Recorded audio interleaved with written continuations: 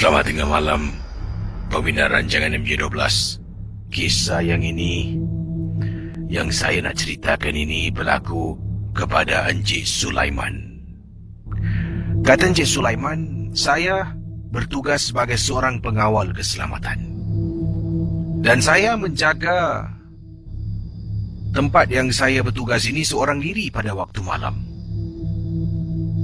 Saya mohon maaf tak boleh saya sebutkan tempatnya di mana dengan lebih terperinci, tapi kisah ini berlaku di utara Singapura, bahagian utara Singapura. Dan bangunan yang saya jaga ni waktu malam memang tak ada orang.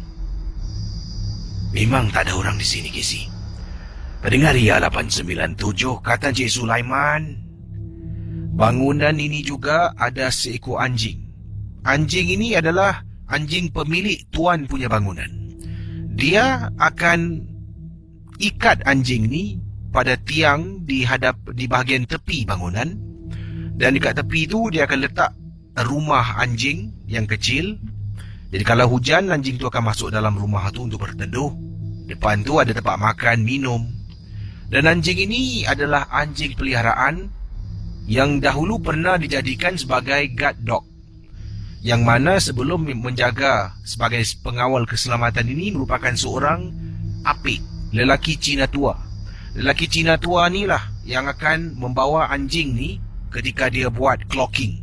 Jadi anjing ni dipegang satu tangan, dia jalan dengan lampu suluh. Jadi anjing ni akan ikut ketika dia buat clocking seorang diri. Oleh kerana tuan empunya bangunan ni faham saya ni seorang Melayu Islam, memang tak boleh memegang anjing, maka itu anjing tu hanya diletakkan dekat tepi. Jadi bila buat clocking, saya keluar jalan seorang diri tanpa menggunakan ataupun membawa anjing berkenaan. Apa yang pelik, kadang-kadang anjing ni pada malam-malam tertentu dia akan berdiri dalam keadaan 4 kakinya di atas lantai.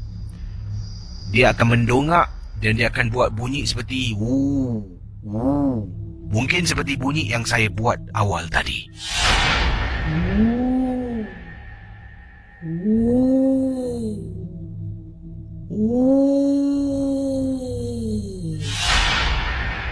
Pendengar misterinya 12. Katanya Encik Ismail, pada mulanya saya fikir itu adalah satu tabiat anjing yang sering kali dibuat lah. Kalau mana-mana mungkin anjing ni akan menyalak ke, akan buat bising, bunyi-bunyian. Tapi saya dapati, Casey, sesuatu yang tak kena, Casey. Anjing ni, selepas dia buat bunyi, kemudian dia akan lari ke depan, sejauh rantai itu boleh ditarik. Dia akan patah balik, dia akan lari lagi, sejauh rantai itu boleh ditarik, dia akan patah balik. Dia lari ke depan, kemudian dia buat bunyi itu lagi. Dan dia tengok ke arah guard house yang mana saya berada di dalamnya. Nanti ada kalanya saya akan campak makanan, Kisi. Ingatkan dia lapar, tapi tak makan pun. Selepas beberapa kali dia lakukan perkara itu, dia akan patah balik dan masuk ke dalam rumahnya. Pendengar Misteri Jam 12, kata Encik Ismail, pada waktu saya nak keluar buat clocking, apabila malam tu dia berkelakuan aneh, saya keluar, bawa lampu suluh. Kemudian saya bawa mesin clocking ni, kunci pintu guard house. Saya berjalan seorang diri, suluh. Anjing tu akan keluar daripada tempat dia duduk. Dia akan tengok saya. Dia akan pandang, tenung, kemudian dia akan buat bunyi yang sama apabila saya keluar berjalan pada waktu malam.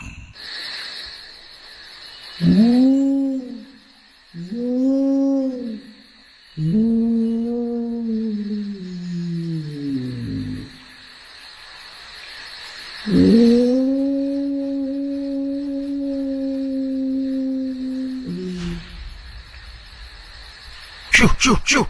Apa dia tadi? Bising dia. Syuh. Kisi, saya perasan anjing ni sedang lihat bukan saya. Dia tengok belakang saya. Apabila saya toleh, memang tak nampak apa-apa. Saya berjalan. Kata Cik Ismail, sambil berjalan tu saya tengok anjing tu masih lagi sedang tengok belakang saya. Kemudian anjing tu tiba-tiba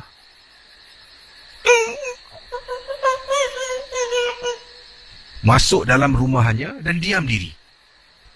Bulu roma saya meremang, Casey. Saya berjalan dan terus berjalan. Semakin jauh saya jalan daripada rumah anjing tu, semakin meremang, semakin takut pula. Sampai di clocking point yang pertama dekat bangunan tu, cuma ada 4 clocking point. Jadi yang pertama, tak payah masuk, semua luar bangunan. Pergi. Tik. Clocking point nombor 1. Jalan perlahan lagi. Meremang, Casey. Sampai clocking point nombor 4. Saya dah klik. Saya rasa meremang sangat-sangat. Entah macam mana, Casey. Saya seorang diri, kata Encik Ismail. Entah macam mana, saya teringat pula. Orang dulu-dulu kan cakap, dalam filem pun ada cakap. Kalau nak tahu belakang kita ada hantu ke, nak tahu orang tu hantu ke tidak, kita harus berdiri, kemudian tengok celah kelengkang. Bayangkan pendengar Ria 897. Saya pun, tak apalah, buat ajalah. Bukan ia pun, saya saja je. Saya pun berdiri, Casey. Berdiri, tengok depan. Jadi, saya pun buka kaki kuda-kuda, Casey. Yalah, luas sedikit. Dan saya mula bungkukkan tubuh saya perlahan-lahan. Perlahan-lahan. Perlahan-lahan. Perlahan-lahan. Astaghfirullahalazim. Pendengar Ria 897 FM. Saya sampai ke tersungkuh ke depan. Saya tak bohong, Casey.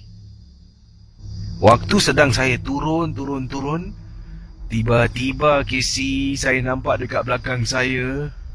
Walaupun tak nampak muka, saya nampak ada kain putih yang berkibaran benar-benar di belakang saya, seperti ada orang sedang terapung-apung dekat belakang.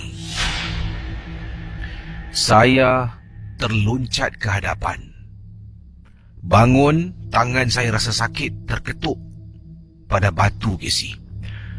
Tangan saya berdarah. Saya lari, terketa-keta nak buka pintu guardhouse. Masuk dalam, tutup pintu, kunci dari dalam. Saya turunkan blinds sebab takut nak tengok luar tingkap. Tangan cari, Casey. Mana handphone aku ni? Cari handphone, buka YouTube, bacaan surah-surah, duduk dekat dalam, ambil tisu, tekap tangan yang berdarah. Ketakutan saya dibuatnya. Walaupun tak nampak wajah, kain putih itu dah cukup buat saya takut, Casey. Daripada mana kain itu datang? Sejak kejadian itu, setiap kali kalau anjing tu berkelakuan sedemikian rupa, saya faham. Saya faham sangat-sangat. Itu adalah petanda yang ada sesuatu berhampiran dengan guardhouse. Jadi mungkin sebelum keluar, kena beri salam ke, baca surah Al-Fatihah ke, sebagai pendinding diri.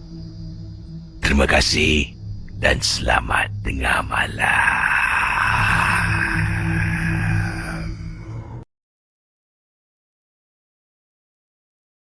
Firman daripada pendengar, ini dia Kak Nurin. Kak Nurin kata, Assalamualaikum, Casey. Wah, menyayat hati betul. Kisah ni Absar tadi mengajar kita supaya berfikir positif setiap kali bala ataupun masalah menimpa. Sebabnya setiap masalah pasti ada jalan penyelesaian, dan setiap masalah yang kita alami pasti ada hikmahnya. Saya selalu dengar orang cakap, kalau kita dilanda masalah, ada hikmah. Tapi saya mungkin belum pernah ada contoh yang baik. Kisah ini adalah satu yang baik. Masalah jaga cucu, tapi rezeki yang beliau dapat. Itu dia, terima kasih dari Kak Norin. Yang ini dari Hafiz kata, Assalamualaikum, Casey. Kisah dua yang pertama malam ini memang cukup baik. Satu pengajaran pada semua, khususnya kisah ni Absawal tadi. Dan ingatlah kalau kita ni anak-anak masih bertugas, jangan lupa untuk terus kirim-kirimkan duit pada ibu bapa kita. Sebabnya bila kita kecil, mereka yang membesarkan kita, mereka yang kasih makan, minum. Kita apa fikir, ingatlah sendiri, mau ingat Kata Hafiz. Baik. Yang ini kiriman daripada pendengar kita yang bernama siapa ni? Janat katanya Nur Janat. Assalamualaikum Kisi. Waalaikumsalam warahmatullahi taala wabarakatuh. Nama saya Nur Janat. Saya ingin berkongsi peristiwa. Ini pengalaman yang saya alami pada waktu itu. Saya sebenarnya pulang ke rumah agak lewat lah selepas saya habis tugas. Saya habis kerja jam 1 pagi. Setelah naik transportasi ataupun pengangkutan yang disiapkan oleh tempat tugas saya ke rumah, sampai rumah dalam pukul nak dekat 2 pagi lah. Jadi bila sampai rumah nak jam 2 pagi itu, selalunya saya akan mempunyai rasa takut. Kadang-kadang ni bila perasaan takut mula menguasai perasaan saya akan minta tolonglah pemandu tersebut untuk temankan saya naik atas.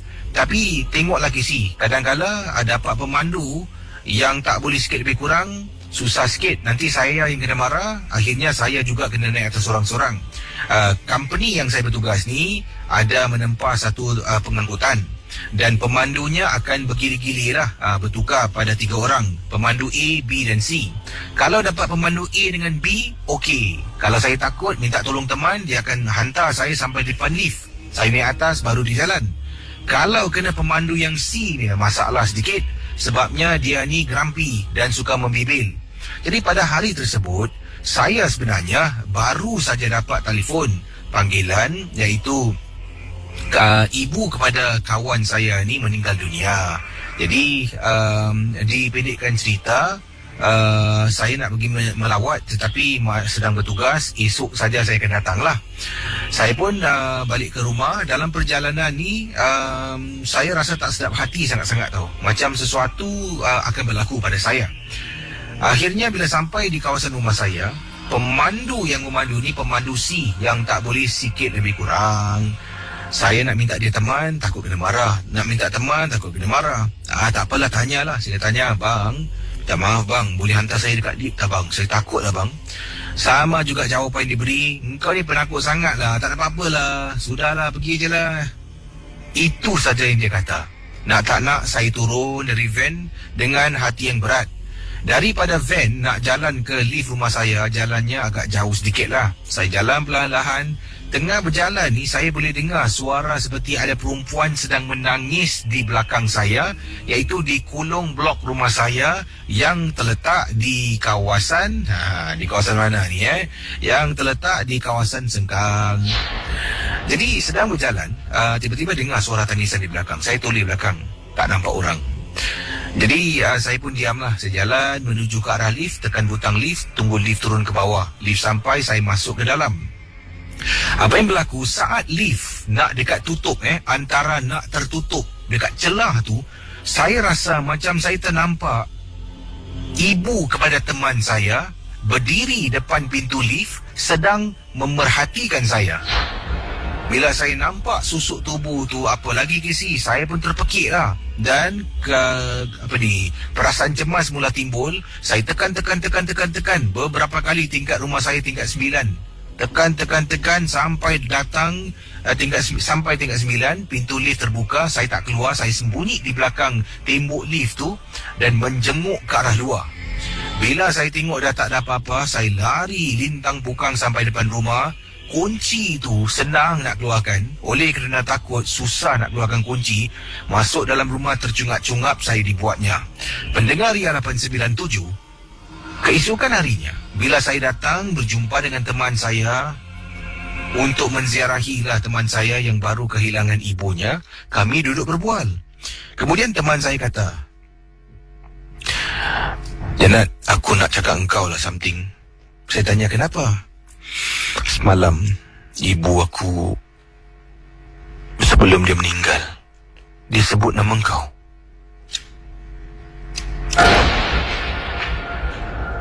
Saya terkejut tau. Engkau betul. Teman saya kata sebelum ibunya mengembuskan nafas terakhir, dia ada sebut nama-nama anak lain.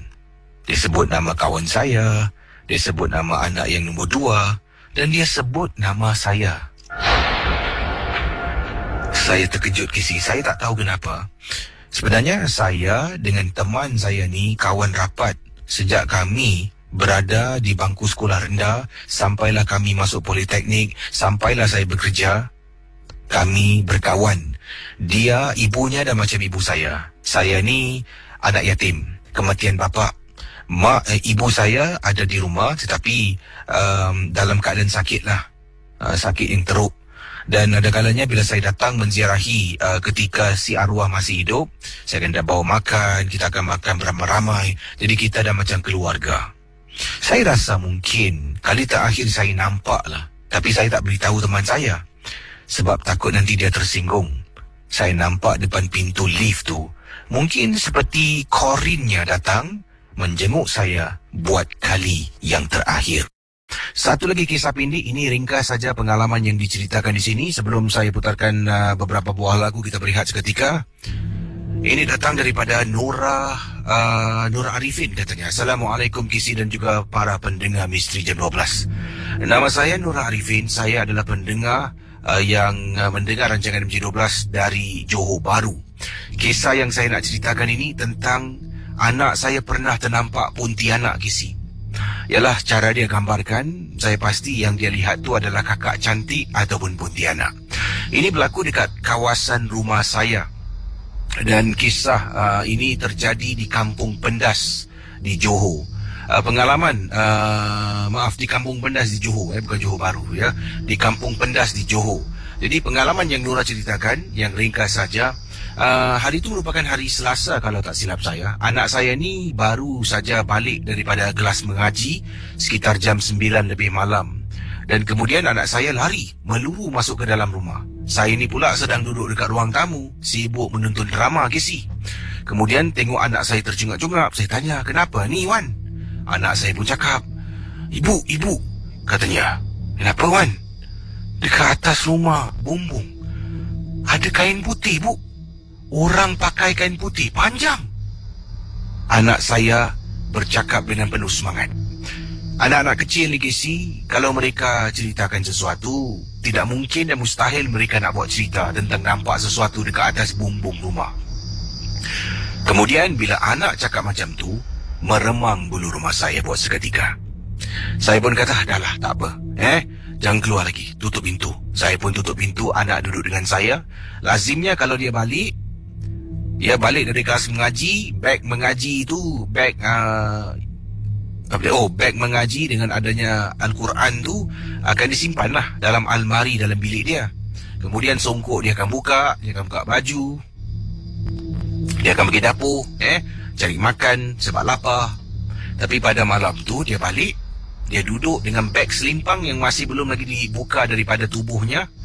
Songkok masih lagi dipakai, duduk dekat sofa dengan saya tengah tengok drama. Saya pun kata, Wan, pergilah simpan beg. Buka baju, songkok tu buka. Pergi. Bu, saya takut lah, Bu. Wan takut. Tak takut apa.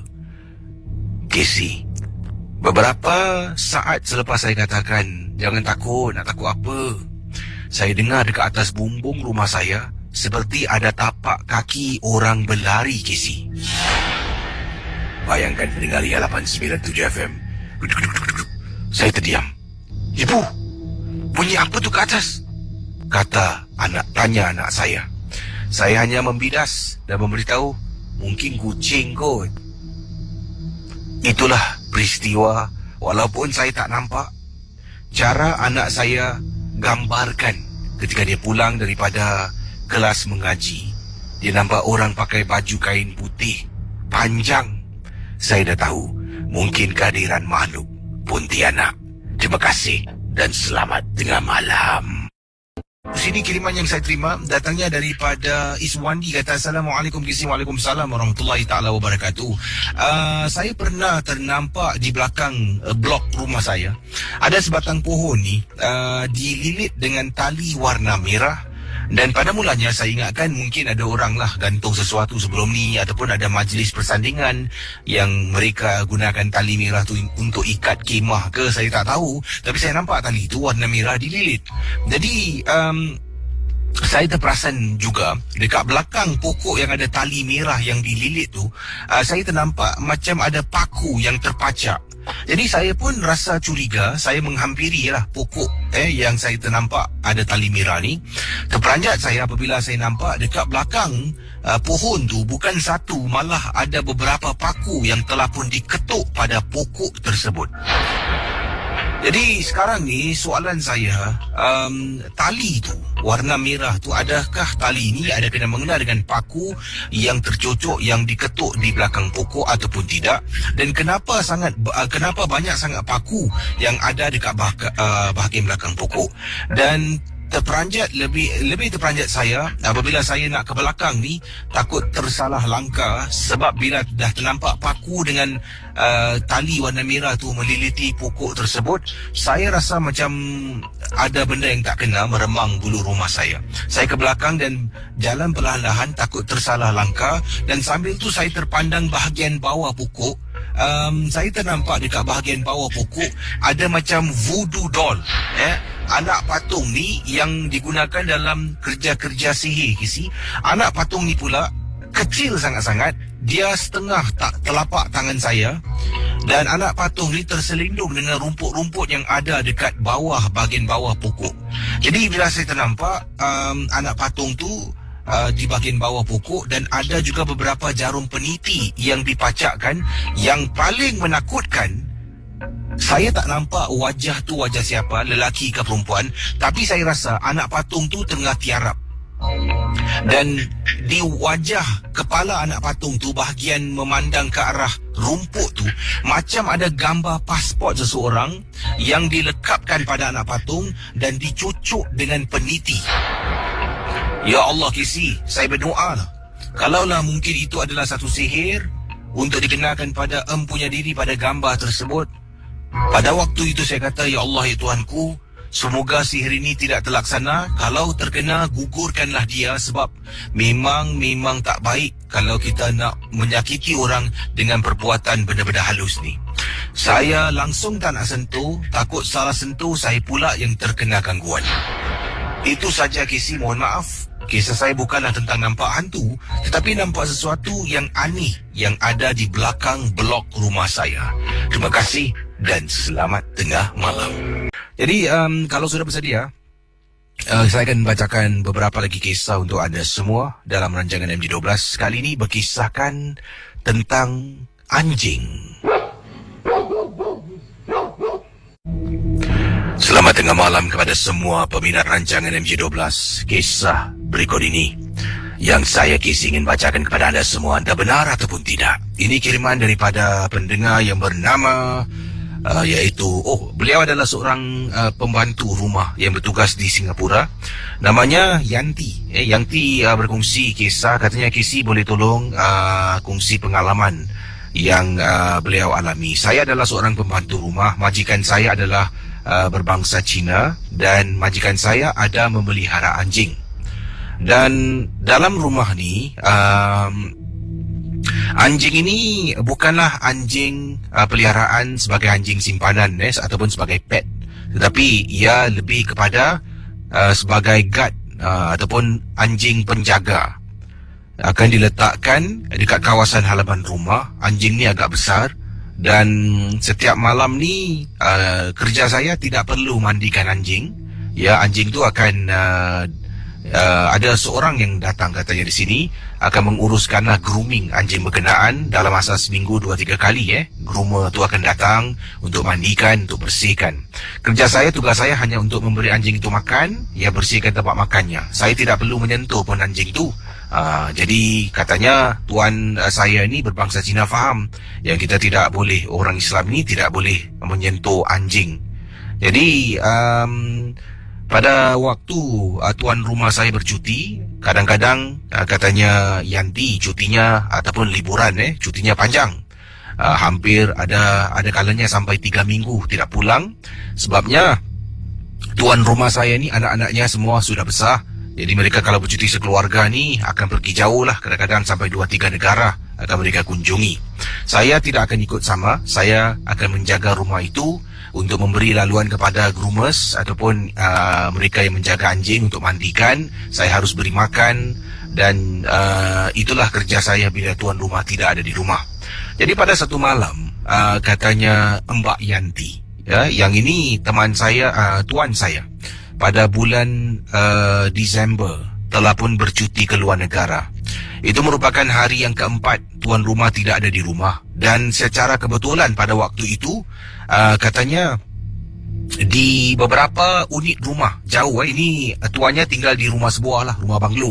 Jadi beberapa unit jauh daripada rumah tu ada satu acara kematian, ya, satu funeral, kata Yanti. Jadi bila ada funeral ni, bahagian-bahagian luar tu akan dipasang kemah dan ada saudara mara, kawan-kawan datang untuk menziarahi yang mati. Apa yang terjadi, saya kenal sama ama yang dah mati, kata Yanti. Ada kadang-kadang bila saya keluar untuk mengambil barang, beli barang, ya, saya akan lalu depan rumah ama ni. Nanti ama ni suka ajak saya berbicara ataupun berbual-bual depan rumahnya. Jadi dalam rumah tu pun ada seorang lagi pembantu merupakan kawan saya juga, kata Yanti. Bila pulang tu saya akan berhenti seketika lah untuk berbual dengan teman saya. Ama pun akan tanya, Yanti, sudah makan? Kata sudah makan ama. Oh, nanti kadang-kadang ama tu kasih saya buah-buahan lah, macam-macam lah. Baik sungguh lah tuan rumah yang kami miliki, dengan juga termasuk teman saya. Dan sekali tu ada kematian waktu itu. Saya katanya di sini Yanti, saya bila ada kematian, saya sudah tahu ama yang meninggal dunia. Saya turut rasa sedih kerana ama ni salah seorang yang saya kenal dan rapat lah. Bila saya berada di luar rumah sedang bercakap dengan teman, ama pun kadang-kadang akan ajak saya berbual-bual dengan dia. Ya. Jadi tuan rumah saya hari keempat bercuti. Tidak ada orang kecuali saya dengan anjing yang ada di hadapan rumah. Saya waktu tu sedang duduk di rumah sekitar jam 9 malam sambil duduk. Ya, dah bersihkan, dah buat apa yang perlu. Sambil tu sedang menonton televisyen. Sedang duduk menonton TV, tiba-tiba anjing membuat bunyi yang agak bising. Ya, katanya anjingnya menyalak dan membuat bunyi yang bising. Saya pun lalu keluar. Jadi anjing ni selalunya, kata Yanti, bila dia berbuat bising, tuan rumah sudah ajarin saya. Katanya kalau anjing ni bising, keluar dan kamu tepuk pada paha. Jadi tepuk paha dan kamu akan sebut nama anjing tu. Katanya quiet. Anjing itu akan diam. Jadi selalunya anjing tu akan mungkin misal kata kalau anjing tu bising mengganggu ketenteraman jiran-jiran.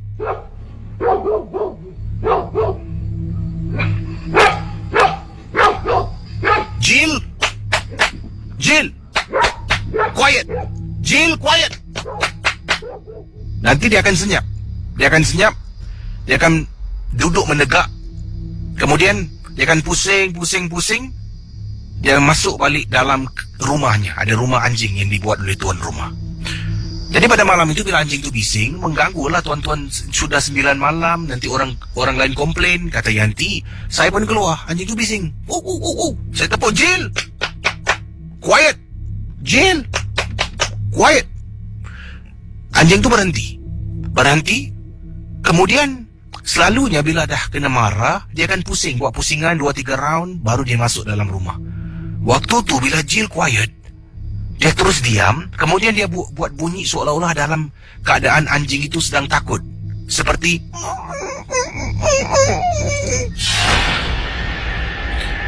kemudian anjing ini kelihatan resah gelisah. Ya, dia bukan buat bulatan bulat. Malah anjing ini telah pun berlari ke kiri, ke kanan, ke kiri, ke kanan. Kemudian dia duduk seketika. Kemudian dia macam nak terkam sesuatu. Dia Jill, sit. Dia duduk. Baru dia masuk ke dalam rumahnya, kata Yanti. Jadi pada waktu itu saya pun sedang berjalan balik, nak masuk ke dalam rumah. Lalu bila saya pusingkan tubuh saya, kata Yanti, saya terpandang ke arah luar pintu pagar. Ya, jadi rumah ni ada 2 pintu. Satu pintu masuk rumah, satu pintu pagar masuk ke halaman rumah. Jadi di luar pintu pagar halaman rumah, kelihatan Ama iaitu pembantu rumah teman saya, nenek kepada jiran hujung tu yang sudah meninggal dunia, sedang berdiri di hadapan pintu. Ama? Adakah benar berita Amma meninggal dunia? Ataupun aku salah dengar, kata Yanti.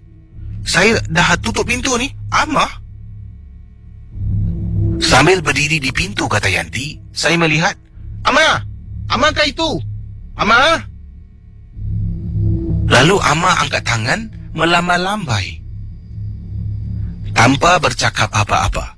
Amma, saya rasa gembira, Kisi. Mungkin saya salah dengar.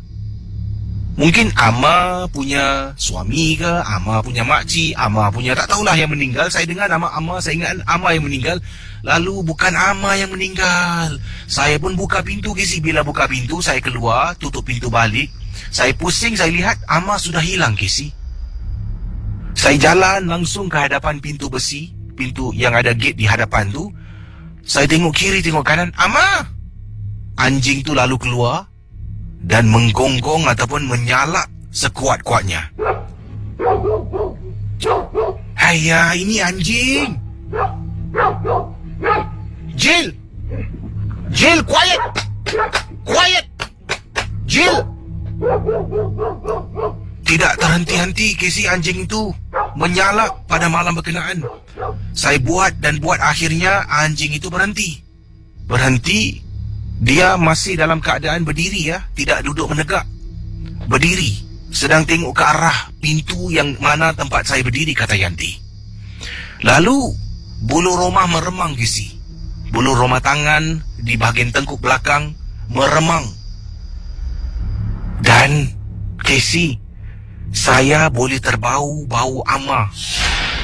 Amma suka gunakan sejenis wangian-wangian orang lama, Kisi. Dia pernah beri pada saya, katanya ini wangian orang-orang Cina lama suka pakai. Ia sejenis bedak. Bedak sejuk yang dipakai. Boleh bau, Kisi, bedak sejuk tu. Betul-betul ada di kawasan pintu hadapan halaman rumah. Waduh, langsung saja saya pergi ke hadapan pintu rumah, kemudian melihat Jill masih lagi sedang dalam keadaan berdiri, masuk dalam rumah, tutup pintu. Saya tutup pintu kayu, saya enggak mau lihat kawasan luar rumah. Selepas 7 hari barulah hidup saya tenang, sebabnya mayat jiran hujung, Amma yang meninggal dunia, disimpan selama 7 hari. Untuk saudara teman-teman datang untuk visit ataupun untuk ziarah yang dah meninggal. 7 hari itu anjing tu tidak henti-henti ya, berbuat bising. Seolah-olah Amma tu datang, mungkin mau berjumpa dengan saya buat kali terakhir. Tapi saya takut, Kisi, kata Yanti. Terima kasih dan selamat tengah malam. Itu dia kisah kiriman dari Yanti, seorang pembantu rumah yang bekerja bersama dengan seorang majikan berbangsa Cina. Jadi mungkin kata Yanti dalam kisahnya, Amma ni suka ajak berbual bila Yanti balik kedai nanti, yalah balik kedai jumpa members kan, tengah berbual dengan members, Amma datang, Yanti sudah makan, Yanti beli apa, dekat mana? Jadi yalah dah jadi kawan. Begitulah di Singapura ni kadang-kadang kalau kita ada pembantu rumah ni, pembantu rumah jaga ibu kita dan ibu kita akan rapat dengan pembantu rumah, ataupun pembantu rumah tu akan rapat dengan anak kita, sebab 24 jam mereka yang menjadi orang yang menjaga anak. Jadi terima kasih kepada para TKI pembantu-pembantu rumah dari Indonesia khususnya yang bertugas di Singapura, dan kerana bekerja dengan penuh tanggungjawab menjaga dan mungkin ada yang mendidik lah, sebabnya ada juga pembantu-pembantu yang mengajar anak-anak untuk membaca mengaji. Bagus ya. Jadi syabas tahniah kepada para pembantu. Okey, itulah kisah yang diceritakan pada malam ini. Kita akan berehat seketika, akan saya kembali sebentar nanti bersama dengan saya Casey dalam Misteri Jam 12.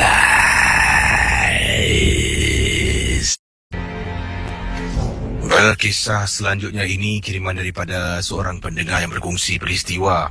Ini datang daripada Sufian. Sufian adalah seorang pendengar Misteri Jam 12, berasal dari Johor, Malaysia.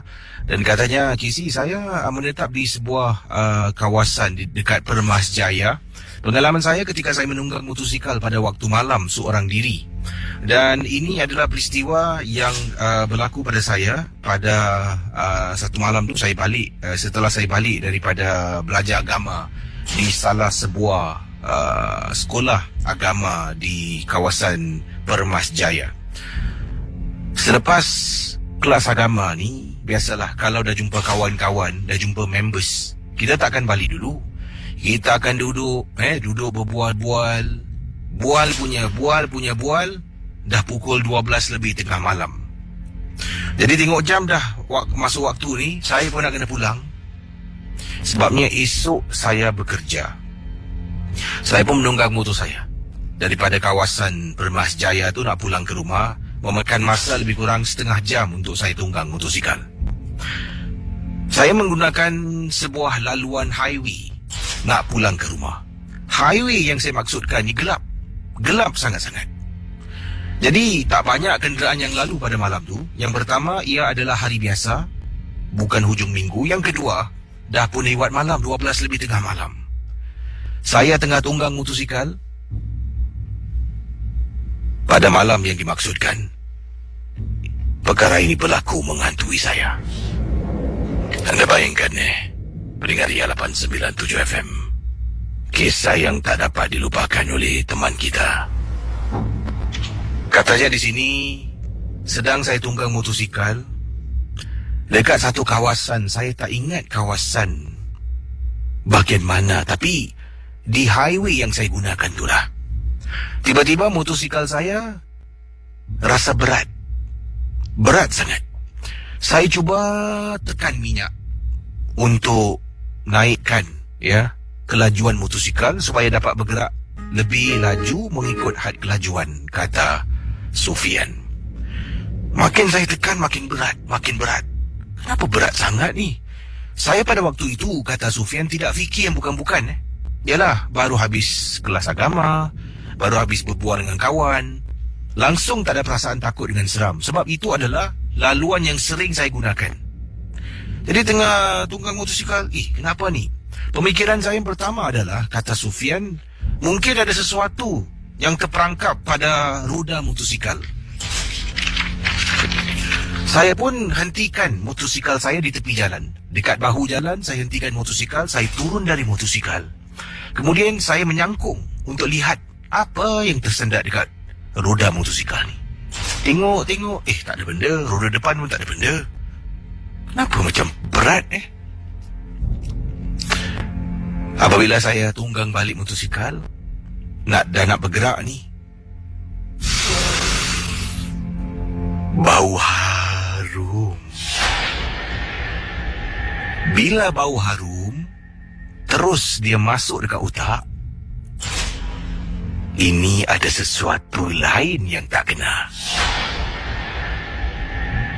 Saya dapat rasakan macam ada sesuatu dekat belakang. Bulu roma secara bertahap-tahap mula meremang. Ia bermula daripada bahagian tengkuk, turun bahu sampai dekat lengan dan tangan saya. Meremang, Kisi. Saya membaca surah Al-Baqarah. Mengaji macam biasa. Baca, sambil tu saya perah minyak perlahan-lahan, masih dapat rasa berat. Baca.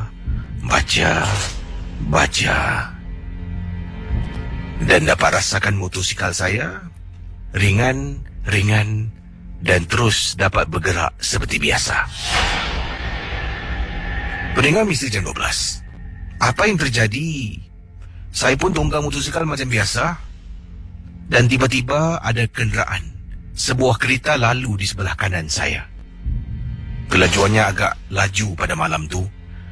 Dia pandu dengan laju, dan saya terperasan di atas bumbung kenderaan yang lalu tepi saya. Saya nampak ada susuk tubuh yang sedang duduk di atasnya. Bila saya nampak susuk tubuh tu, saya boleh terbayangkan mungkin benda yang sama dekat belakang motosikal saya awal tadi. Casey, nasib baiklah saya ni bukan nak cakap berani, tapi kuat semangat. Sepanjang perjalanan, walaupun dah ringan motosikal dah macam biasa, sepanjang perjalanan pulang ke rumah sebab saya takut dia ikut balik, saya tak putus-putus membaca surah-surah yang saya hafal. Sampai depan rumah, masuk dalam rumah, ambil wuduk, naik ke bilik untuk tidur. saya baca tanpa henti. Itulah pengalaman saya yang berlaku dekat kawasan Permasjaya untuk misteri jam 12. Silakan, yang ini kiriman daripada Ita. Ita berkongsi pengalaman. Jadi fahamkan satu kejadian ini berlaku dan katanya ini saya rasa adalah pengalaman dan sekaligus adalah nasihat dari saya untuk semua yang sedang mendengar. Kisi kadang-kadang kalau kita jalan dekat kolong blok ke dekat mana-mana kita akan nampak banyak pokok-pokok lah, pokok-pokok depan rumah, dekat tepi jalan. Ada kalanya pokok-pokok ni ada dipacak dengan ataupun diketuk dengan paku. Ada pokok-pokok ni juga ada benda-benda lah yang diketuk, paku lah, kadang-kadang ada juga dibalut dengan kain. Dan ini berlaku pada anak saya, anak lelaki saya. Dia telah pun cabut sebatang paku dekat sebatang pohon di belakang rumah saya. Saya tak tahu kenapa sebabnya dia cabut paku tu, tapi dia cabut paku tu, kemudian paku tu dia bawa balik. Dia bawa pulang paku tu dalam rumah. Saya malam-malam hari, anda bayangkan pendengar ya. Saya, suami, anak saya dengan pembantu saya. Anak saya ada 2 orang, yang paling kecil usianya usianya 9 tahun dan abangnya berusia 13 tahun. Jadi pembantu rumah ni tidur, abang dengan adik satu bilik, pembantu rumah satu bilik, saya dengan suami satu bilik. Tengah tidur malam-malam, saya dengan suami semua satu rumah dengar jelas bunyi orang cakar-cakar. Ya, bunyi cakaran dalam rumah. Kuat, saya bangun. Bang, bunyi apa tu bang? Suami kata dengar macam bunyi orang cakar. Jadi suami pun bangun. Bila kita keluar, pembantu rumah dah ada dekat ruang tamu. Tamu. Jadi saya pun tanya pembantu, Ili, kamu dengar tak Ili? Ya bu, dengar bu.